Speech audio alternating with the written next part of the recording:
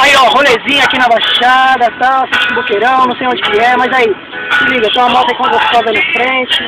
Tá bom. Aí, chega aí, ó, tem que sair na câmera aí, só,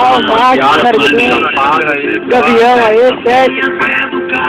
Zero direitinho, e lógico, eu, né, não posso faltar. Vem só, vamos filmar aqui, velho. Ô tiozinho do picolé. Esse não é real, não é milho. A redezinha de vôlei ali, o pessoal brincando vôlei com bola de futebol. Opa, aí sim. Agora a reta nós já estamos passando. Aqui o barato tá louco.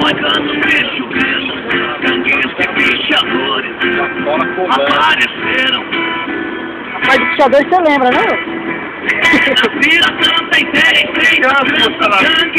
Filosofia, religioso e pouco a pouco somos anarquistas, pouco débios e sonhadores.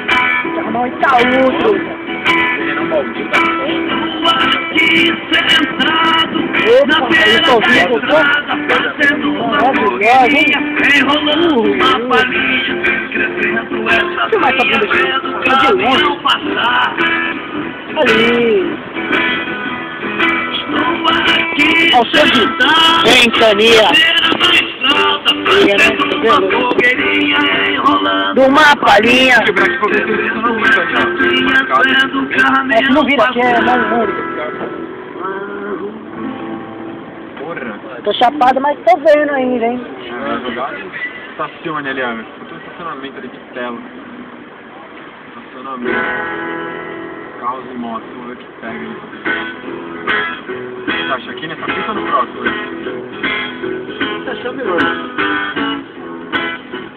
Tem estacionamento, gente, né? Vamos filmar aqui, ó. Paisagem litorânea mais um pouco. Tá difícil de tomar, cadê a paisagem? Aqui, ó, vi uma, beleza. Uma cara de contramão. Pegar minha viola, pôr o estampo na sacola, aqui eu não vou ficar.